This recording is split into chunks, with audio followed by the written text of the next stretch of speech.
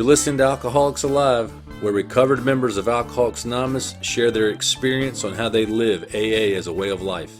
None of our participants get paid or speak for AA.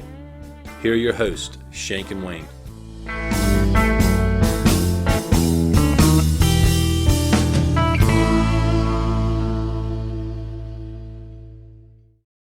Shank. Wayne. The last week with Dawn, she said a couple of things that have been on my mind this week. One of them was, we've always known this. It's why we kind of started meeting Shrapnel, but it tied in with that unknowingly. She made the comment that you can't use catchphrases to solve alcoholism. And I thought that was a pretty accurate statement. Pretty pointed. Yep. And then she also said that she was convinced that God wanted more of her attention, not less of her attention. Yes. Yeah. And that kind of rang true to me. So I appreciate that. If you're listening, if you've not heard that episode, the title is Two Wives. Hopefully that won't scare you off. But it dropped last week. It's a pretty good episode with our guest Dawn. We're excited to have our guest on here from New Mexico. Heather, how are you? I'm good. How are you? Doing well. Tell us a little bit about yourself. Well, it's Heather. I'm in Santa Fe, New Mexico, and my sobriety date is April 19th of 2004. So I turned 20 this year, which was, it was shocking. There's a part of me that still feels like I'm 2 or 3 or 4 years sober. And it happens, when I'm talking to my sponsor or when I'm talking with sponsees or when I'm reading the book and I'll see words that I never saw before. And I think something with Gremlins came in and changed my big book on. But they may have. It's the funniest thing. And so, real quick, I guess the quickest way to talk about how I came in is that when I was 24, I had gone into a program, a 30-day program. Got out of that program, 8 hours, I was back at the bar. And I was convinced that Alcoholics Anonymous didn't work for me. It worked for like you guys, but it didn't work for me. And so I made a conscious, sober decision that I was just going to have to figure out how to drink and get through this life. And that's what I did for the next 12 years. I came back in at 36, and I had cheated my business partner out of her portion of a business. So I was running a business I had no business running. And I thought I was having a nervous breakdown. I didn't think it was the drinking. I just thought I was having like a mental snap. And so I had booked myself this little spa in Connecticut. And I had booked the spa because it had a bar on site. And I'm a little bit of a lazy alcoholic. So I didn't want to have to work too hard to get what I needed. And I pull up to this spa, and as soon as I pull up, I know that I've made the biggest mistake, because I am at my core a blue-collar, grunt Irish lady. Pull up to this spa, and it's like Mercedes-Benz and BMWs and the ladies who lunch, and the purse matches the shoes. And so I'm walking in, and I already feel less than and out of place, and like I don't.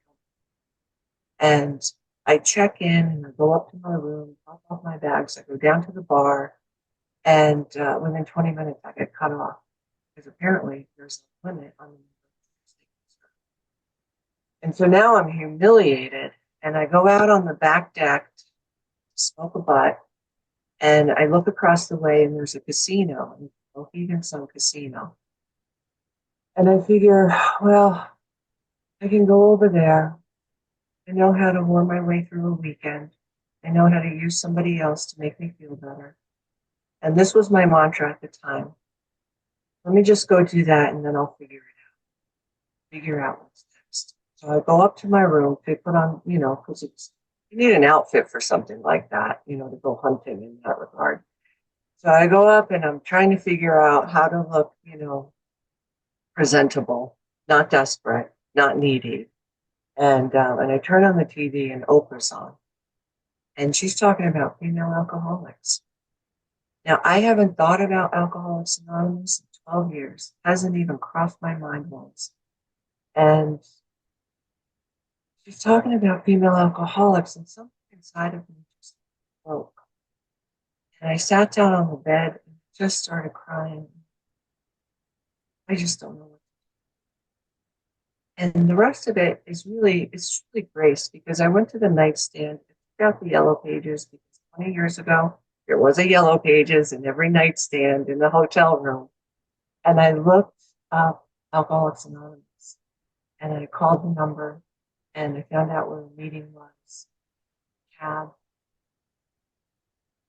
and that was the next day. Strength.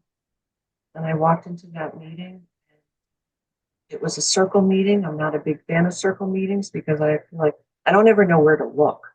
Like, do you look up? Do you look down? And when I come in, I don't know how to look people in the eye. So all I can tell you about that meeting is black and white checker circle, and I met a boy from a halfway house. And for the rest of the weekend, we hung out and we had those new sober conversations. And I got sober in Boston. When I went back to Boston, I knew somebody that had, at the time, had about 20 years, and I called him to find out where I should go. And he was such a good member of Alcoholics Anonymous. He said to me, he told me where the meeting was. And what in my mind, I'm thinking, he's going to be so happy that now I'm getting sober and now we can date and we can do all the things. And instead, what he said is, I'm really happy to hear this. And he told me where the meeting was himself. And he did meet me there. And I ran into a bunch of people that for the first time, now maybe people were talking about it before, I don't know. But it was a young group in, and they were talking about how it felt. They talked about not being able to look themselves in the mirror. They talked about feeling apart from. They talked about not feeling comfortable in the and that was my first home group, Fields Corner in Dorchester, Massachusetts. And that was my introduction to the big book. I got a halfway house boyfriend who told me to get a sponsor Nice. and work the steps. And that was the beginning of it all. That really was. And then here I am now. Kind of crazy. That's pretty crazy, Heather. Bougie Yeah. spa drinking. Oprah made a 12-step call on you. Yep. I know. Every Halfway so house often I think I boyfriend. should send her a letter, You like, should. thanks, Oprah. Thanks for my 20. That's awesome. You should send Oprah a letter. That's a first for me. That's cool. Thanks for that intro. Hey, I'm going to stop just for a second before we read the paragraph. Is your microphone plugged in, Heather? Mine? Yeah. Yeah. Yeah. Okay. Is it It not? I can make it go louder. well, it cuts in and out sometimes. Like it's really kind of strange. I don't know. I did have a thing that said my.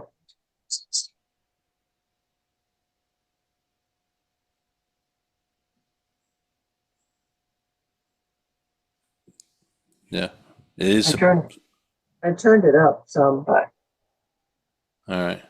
We'll roll with that. okay. All right. Shank, what's our topic today? Our topic today is the family afterward. So this is a great chapter in the book Alcoholics Anonymous, the fourth edition from 2001. And our paragraph today comes from page 130. And it says, those of us who have spent much time in the world of spiritual make-believe have eventually seen the childishness of it. This dream world has been replaced by a great sense of purpose, accompanied by a growing consciousness of the power of God in our lives. We have come to believe He would like us to keep our heads in the clouds with Him, but that our feet ought to be firmly planted on earth. That is where our fellow travelers are, and that is where our work must be done. These are the realities for us. We have found nothing incompatible between a powerful spiritual experience and a life of sane and happy usefulness. So what do you think about that paragraph, Heather? Well, first of all, Shank, I hated this chapter for a long time, to be honest with you. Yeah. You walk into a big book meeting and it would be like if they were doing the traditions Mhm. to the wives, the family afterward, and to the employer, I'd be like, oh my God, I think I have a very important appointment that I missed. And because I would look at this chapter and think, this, like my family didn't, like I got sober and everything in my family really fell apart. The relationships with my blood family really were shattered. And so I really ignored this chapter for a long time. I love the part that you just read. I had an experience once. I had a buddy that had a house up in Maine, and I'm really an introvert and a bit of a loner. So I would escape up there by myself for, 3, 4, 5 days and loved it.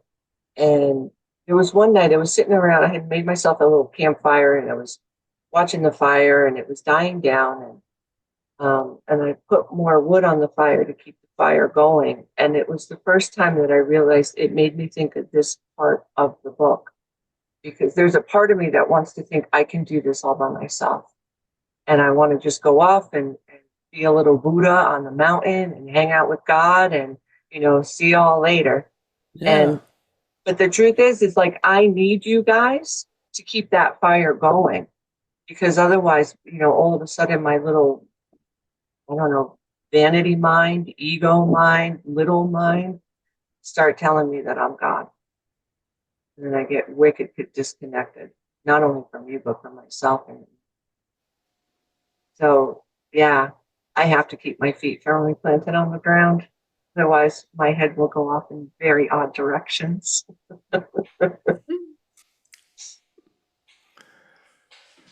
Shank, you got any questions for us? Well, my first question in relation to this chapter is what happens if the family refuses to adopt a spiritual way of life?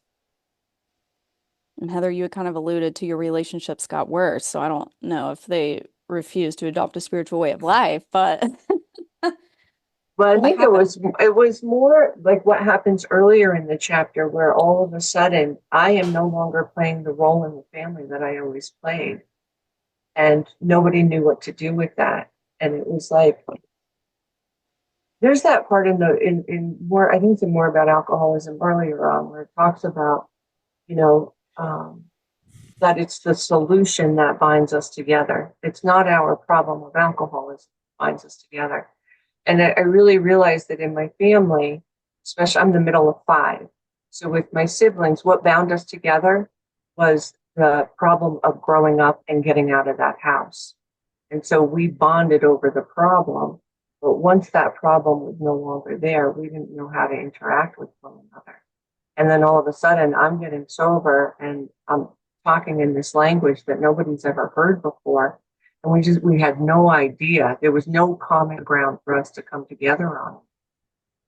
And it's been years. It's been really just in the last maybe 3, 4, 5 years that some of my siblings and I have started to begin having new relationships based on who we are today.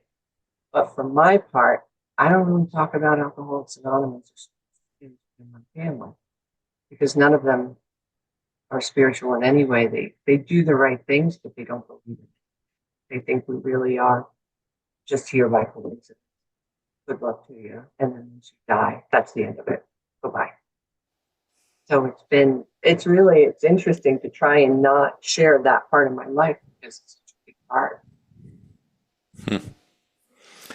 I I don't know that I've ever actually said this, but I'm actually pretty grateful for my when I got sober, my family, my parents, and for the most part, my brothers and sisters were pretty supportive of. I don't know that I always thought that, but looking back on it, they were pretty supportive of me getting sober. I think now because at least my parents had drinking problems themselves, and I think if they just kind of went along or left me alone, it didn't draw attention to their issue. But in general, they were pretty supportive. Um, now my wife at the time was I don't know that she was completely supportive of it. I don't She was not quite ready to quit living kind of the party in life, and we didn't immediately get back together when I got sober, but we did after I was sober about 9 months. And my deal was kind of like, I think it's in this chapter where like they say the alcoholic takes on one of two roles. Either they go off on like this spiritual tangent and they're trying to get everybody to get on board with them.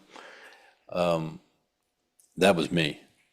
And I was probably not as drastic or as dramatic as the example in the book, but I did have this thing where, hey, you guys need to get on board with this. And I even said that to my wife, and I don't think she fully ever saw AA as being necessary, even though it drastically improved my life and probably hers for a little while.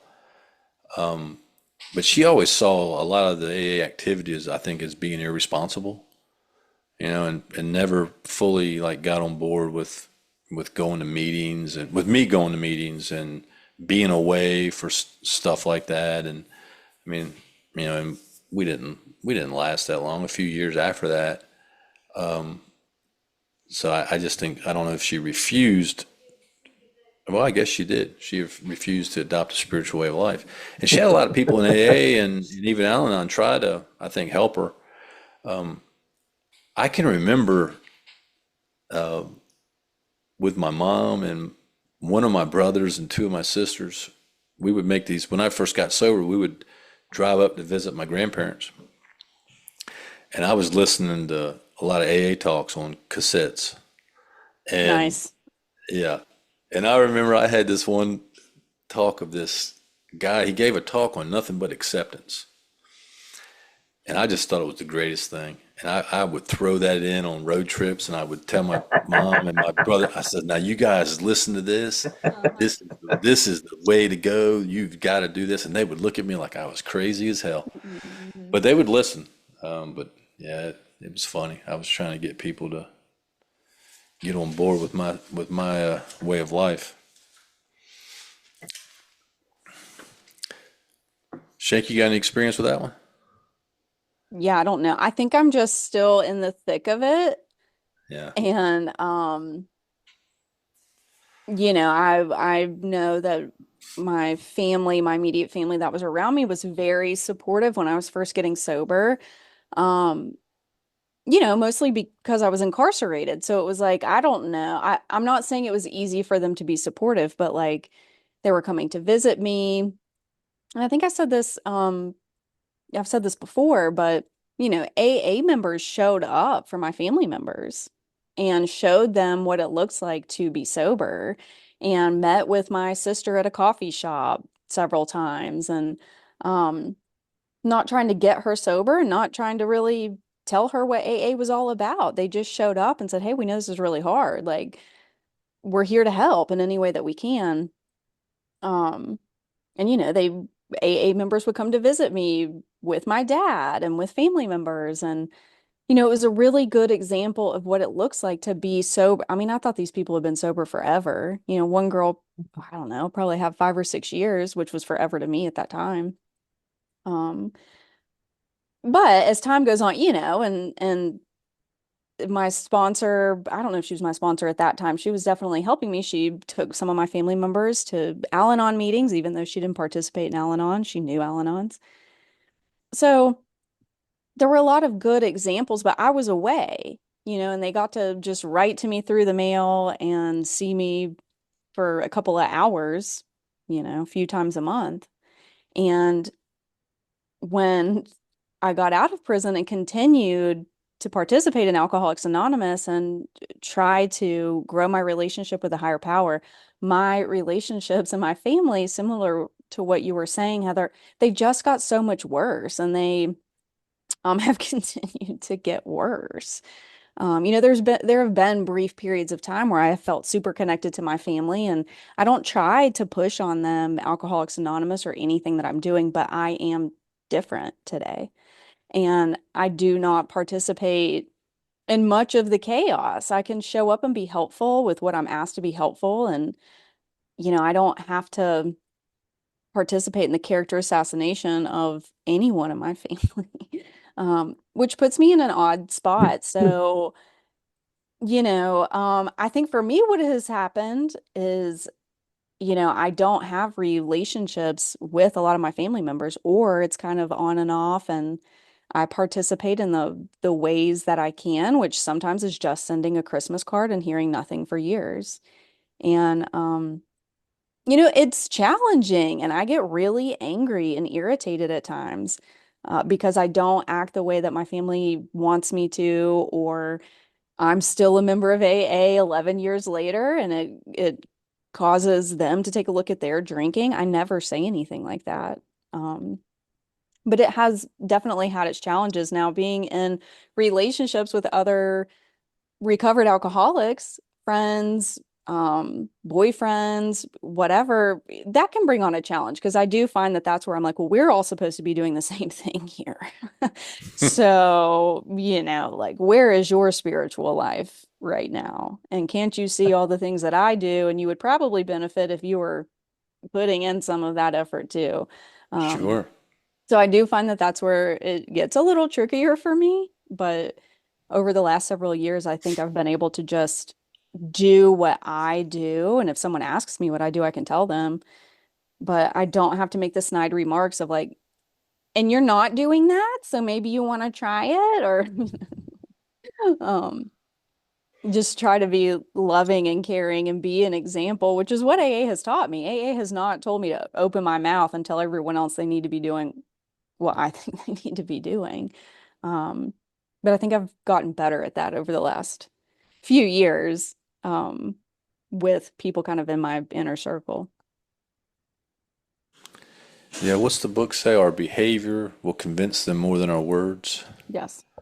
Yeah, so the power of example is pretty important. Hmm. Yeah. What's the next question? My next question is, does being a recovered alcoholic mean you have to be serious all the time? Whoa. Whoa. What do you think, Heather? I think, um, I think until I was 10 years sober, everything was very serious. And it was like you, Shane, it's like I knew exactly what you needed to do. And then when you weren't doing it, like I took it as a personal affront to me. Um, no, I feel it's an interesting, it's kind of like the irony, I think, of grace is that more serious things happen the longer that I'm sober, but there's also more levity that goes along with it. And, it's the, it's like, it's the 10th step about that. These things are going to crop up. I am going to have situations. I am going to be angry and I'm going to be frustrated and have panic attacks. Um, but there's also the other side of it is it's just funny because I'm human. And so, yeah, we laugh a lot. I have a sponsor that I can call her and, I'll be dying in air quotes and she'll start laughing at me. And then I realize like nothing is that serious. Nothing is that serious. Nothing's funny when you're going through it. But when you're on the other side of it, to look back and see, oh my God,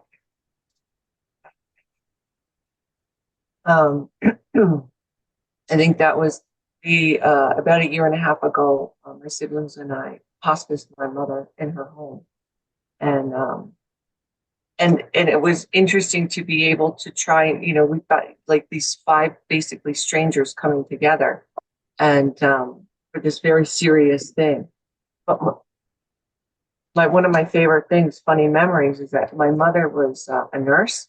So when we went to give her the first syringe of liquid morphine, my mother, now she knows, like she's asked for this, so she knows that she's going to overdose herself essentially. And she looked at the first syringe we went to give her and she was like, oh no, that's too much.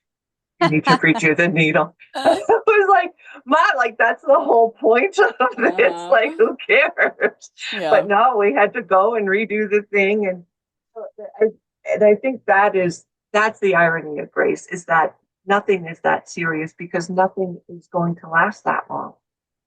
Everything is passing. And so, yeah, we laugh a lot, a lot. I laugh a lot at myself and the numbskull things that I will do or think. This morning I was laughing at myself, just assuming that you guys were in the same time zone as me. You're like, oh my God, like what goes on in this head? Hmm. So, yeah, and that's the thing, right? If it wasn't funny, why would I stay? It was serious enough when I was drinking. It was serious enough coming to in the morning, not understanding why God didn't want me enough to take me in my sleep.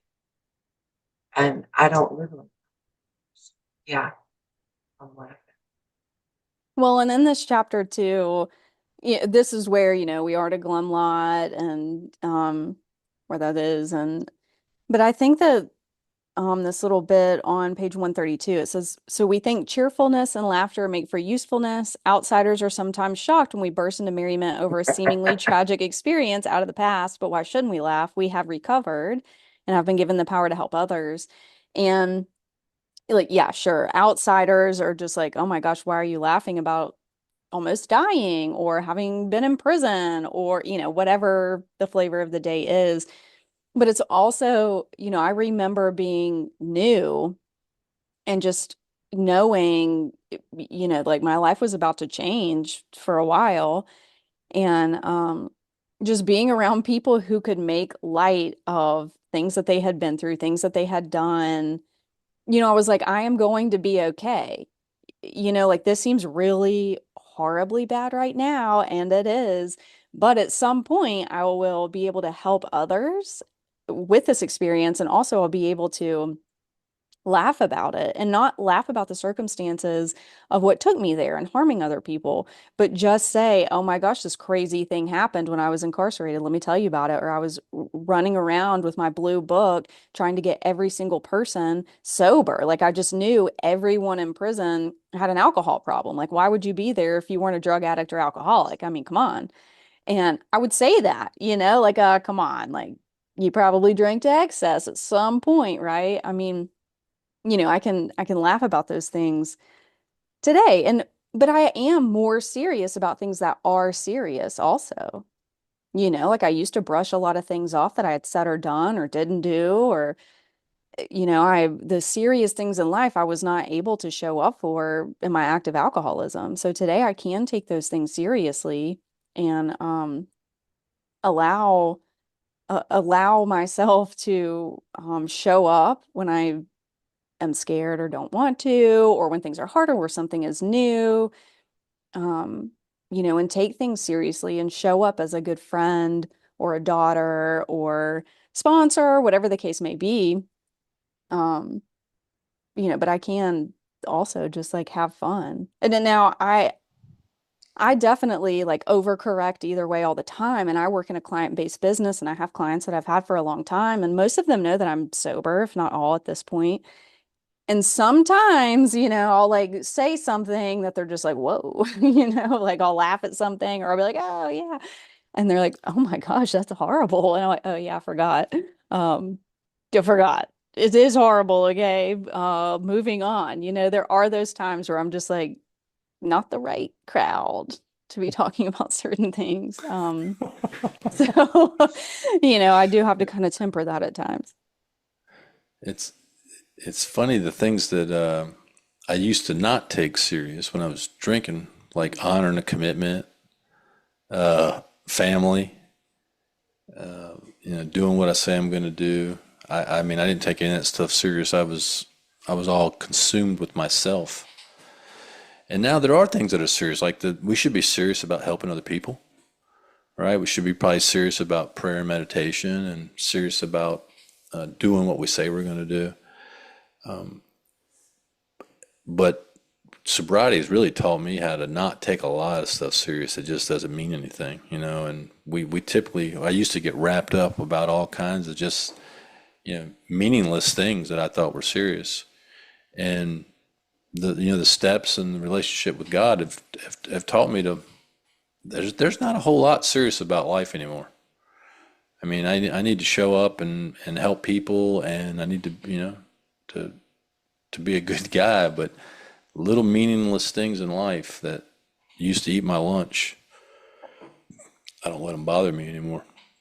Um, Matter of fact, I've probably gone to the other extreme of not taking anything serious. At least I've been told that recently. Getting a little too, maybe a little too loose. Hmm. Life's too short. Yeah. Have fun. I mean, my Yeah. goodness, enjoy it. We're Well, free. can I just say my favorite line in this chapter drives my sponsor crazy. Now, this is one of those things in the book that I didn't see until like 2 years ago. But on page 133, it says, "We who have recovered from serious drinking are miracles of mental health." Hmm. So Yes. we are miracles of mental health. So whenever my sponsor's on me about something, I'm like, just remember, miracle of mental health. I love that. I love that. That's awesome, Heather. Sounds like a I'm gonna, bumper sticker. we got to start Yes, using that. Yeah, I'm gonna Hmm. start using that. Yeah. exactly. Hey, I'm a And that will miracle of get mental health. everybody laughing at you and with you. It sure will. So my last somewhat question at the very end of this chapter, the last sentence says, we have three little mottos, which are apropos. Here they are. First things first, live and let live. Easy does it. So how often do you use our three little mottos? That's a broad question, Shay. Kind of depends what's happening.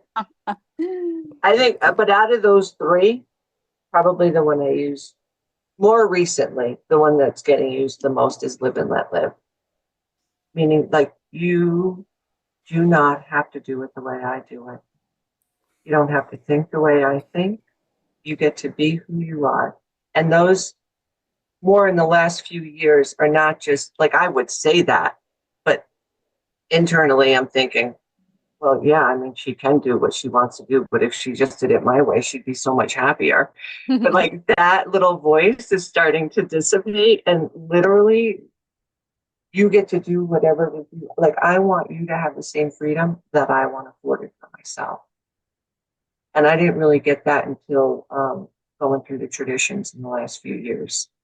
That we really all you get to have the God that you want to have. You get to have the partner you want to have. You get to have the job you want to have. You get to work your program the way you work it.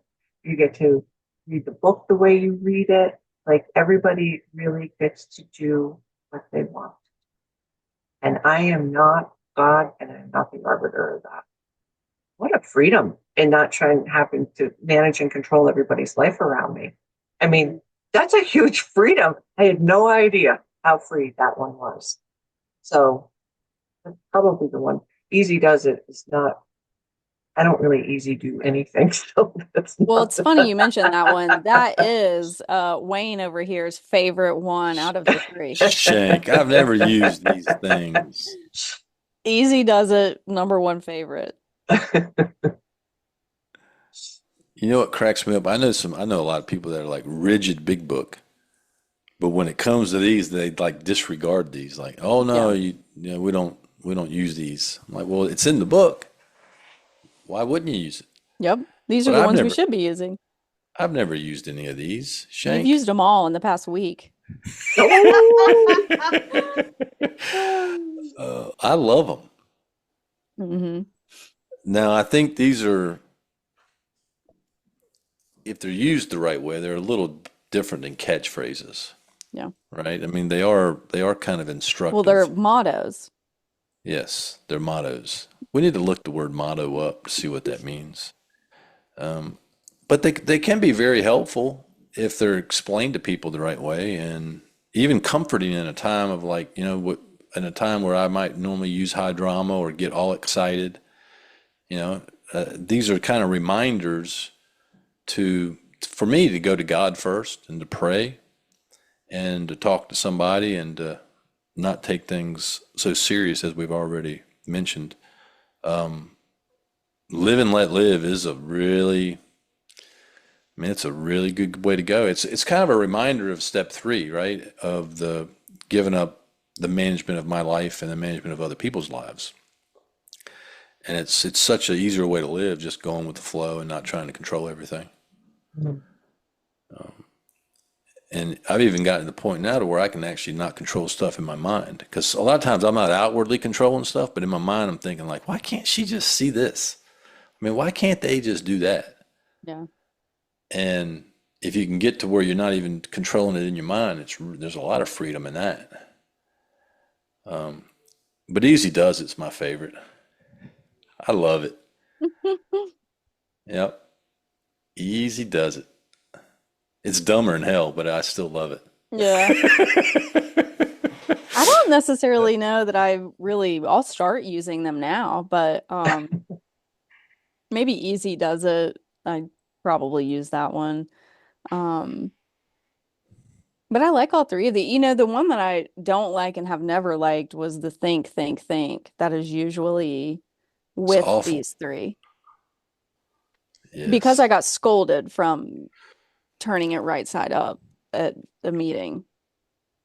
Oh, it was upside down on a wall and you turned it up I and they got did. you? Yeah, they got me. They got me Well, good. you were trying to run the show and they were making sure you didn't have that kind of power. So what about first things first? What is that one? That's a great question. Pray first or do what's in front of you or Yeah, I would think do what's in front of you right now. I think it's doing the drill. Hmm. You just do the drill. yeah. There are those times when life really is, like when my mother was dying. Like, I just did the drill. I got up in the morning. It's like I went back to straight basics. Made sure I did my prayer, did my meditation, called my sponsor, paused throughout the day, took time away. It's to me that's like doing the drill. It's like I'm going back to basics, put myself back into like protective state Hmm. because life is coming at me right now. And if I let life get in there first, I get all disordered. All of a sudden I'm not God first, then me, and then others in order of importance. It's the others, and then me, and then God gets down at the bottom, and I just get completely disordered. So it just reminds me of doing the drill. There you have it. Do the drill. Shank, you want to move on to meeting shrapnel? All right, meeting shrapnel. Here is our favorite segment. I feel like there should be a drum roll or something for Our that. long time Well, listeners' favorite, We bring that in later. favorite segment of lore, myth, and sayings frequently heard in AA. Our first meeting shrapnel today was sent in from a listener, and it is this AA thing is more than all right. What does Which I that don't mean? I don't believe I had heard in a meeting. At least not exactly like this. I'll say it again. Where does this stuff come from? You ever heard this one, Heather? I never heard this one. Me either. It's crickets from me. I'm not sure what's going on there. This I mean, I don't AA know. I think it's probably insinuating like, hey, don't just show up and take a chair in the meeting and leave. I don't know. Like it's more than just. Is it coming from an alcoholic or from an Al-Anon? Well, that is also a great question. That's a good question, Heather. I feel like that's more of an Al-Anon. I don't know. It sounds more Al-Anon-y to me than drunky. Mm-hmm. So I just realized that this did come from an AA member Okay. that heard it in an AA meeting in the mountains of North Carolina. All right. And she said that this guy said it multiple times during his share. This Okay. AA thing is more than all right. Well, AA is more than a thing, and it's more than all right. Yeah, exactly. Yeah. But I don't know. It's dumb to me. I don't Maybe know. it's a regional gratitude thing. Ah, maybe. Could be. Mhm. Could be. Well, Heather, you going to use it? Nah, not my words. Scrap Not my it? words. So is that a keep or a scrap? I'm a scrap. All right. All right. I'm scrapping it. I'm Shane. scrapping it. It's out of here. All right. What's next? Our next meeting, Shrapnel, I believe we have had something similar to this. Maybe. If we haven't, then it is on the list. And it is a pigeon meeting.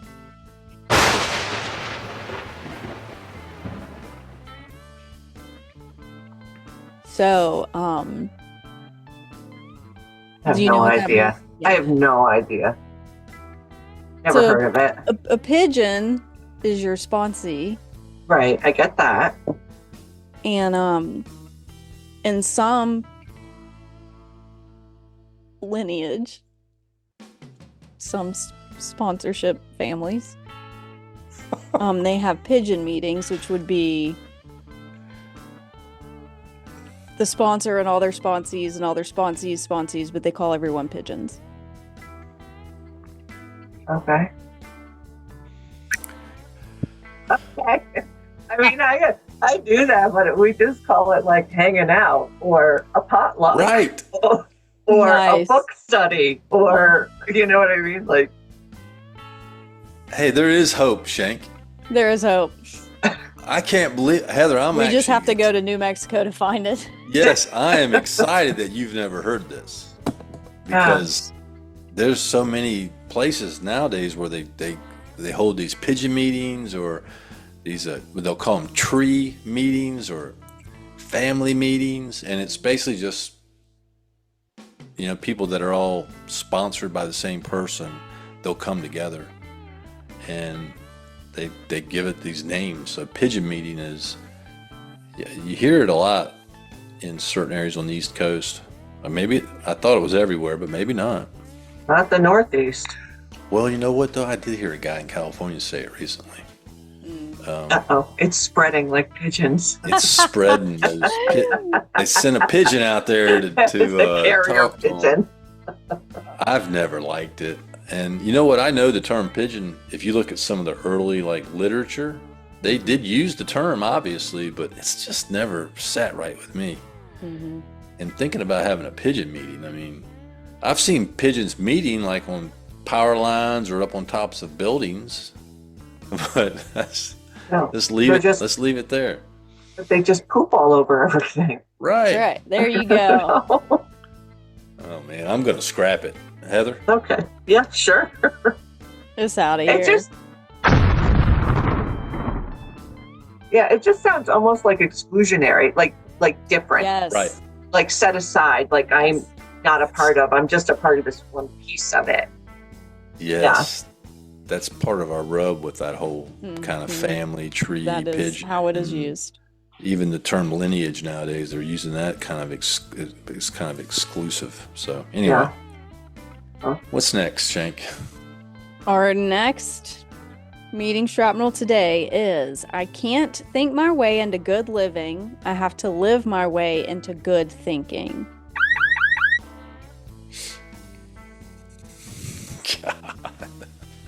What do you think, Heather? Yeah. I have always been on the fence about this. This to me is up there with think your way through the drink. Well, if I could think my way through the drink, That's right. what would I need you guys for? Wouldn't need AA. And it's like, if I could just live my way into good thinking, what would I need to be here for? That's why this one I've always just like, I hear what you're saying, but I don't. How do you take an action without having a thought? Good question. Great question. And that's where I get stuck on this one. Is that, it's right up there in the other one too is like, do the next right thing. Well, there are sometimes I'm so jammed up, I have no idea what the next right thing is. Like all I can do is the next thing. Like that's going to be it's too. Yeah, if I had answers to all this, what would I need God for? What would I need you guys for? Why would I need a sponsor? It sounds pretend. It just sounds like pretend. That's a good way to put it. Mm-hmm. Sounds pretend. I don't know that I've ever actually lived my way into good thinking. Even when I lived good, my thinking still screwed up a lot. Mm-hmm. I mean, I get it what it's saying. Well, this just to me sounds like someone who intellectualizes everything, right? Like thinks that they can also intellectualize, like, well, if I can't think my way into good living, I just have to live and then my thinking will change. It just sounds like it's cyclical and no. It's too Brene Brown. It's too like just do the thing and you'll feel better. Like it's just too 100%. Yep. 100%. Yeah. It does kind of tie into the idea though that your feelings aren't facts a little bit, which did help me when I was new. That people telling me, hey, just because you feel that way, it doesn't mean it's real. And maybe you should go to the meeting regardless of how you feel, or maybe you should go make this amends regardless of the fear. But this is not quite that.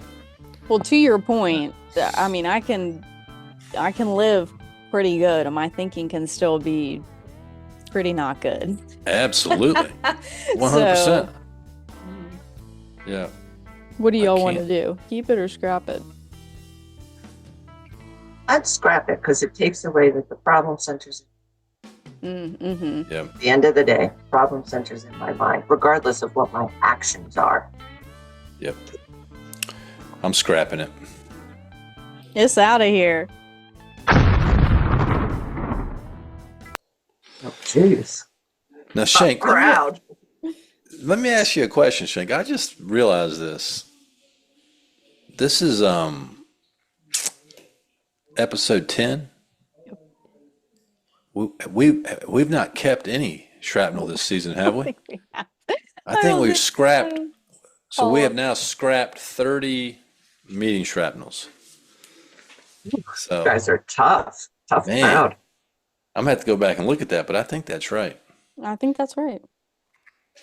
So now are we going to start using first things first, live and let live, and easy does it? Yeah. I'm going to work them all 3 into my share tomorrow. Are you?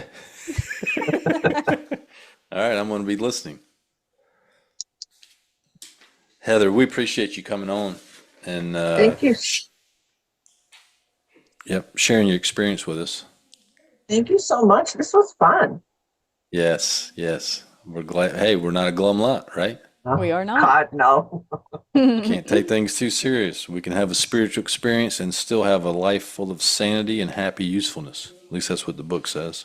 Well, it's because of the spirituality I get to be sane and useful. That's right. Yeah. That's right. All right. Hey, if you're out there listening, do not do what we did when we first got sober and bypass this chapter, the family afterward. There's a lot of good information in there on how to get along with people and how to live sober, and lots of instructions on how to be free. Freedom. Thanks for listening. If you have a comment, suggestion, or just need help, you can email Shank and Wayne at freedom@alcoholicsalive.com. Remember, we're recovered members of Alcoholics Anonymous, but we do not speak for Alcoholics Anonymous, nor do we get paid. Join us next week for another great episode.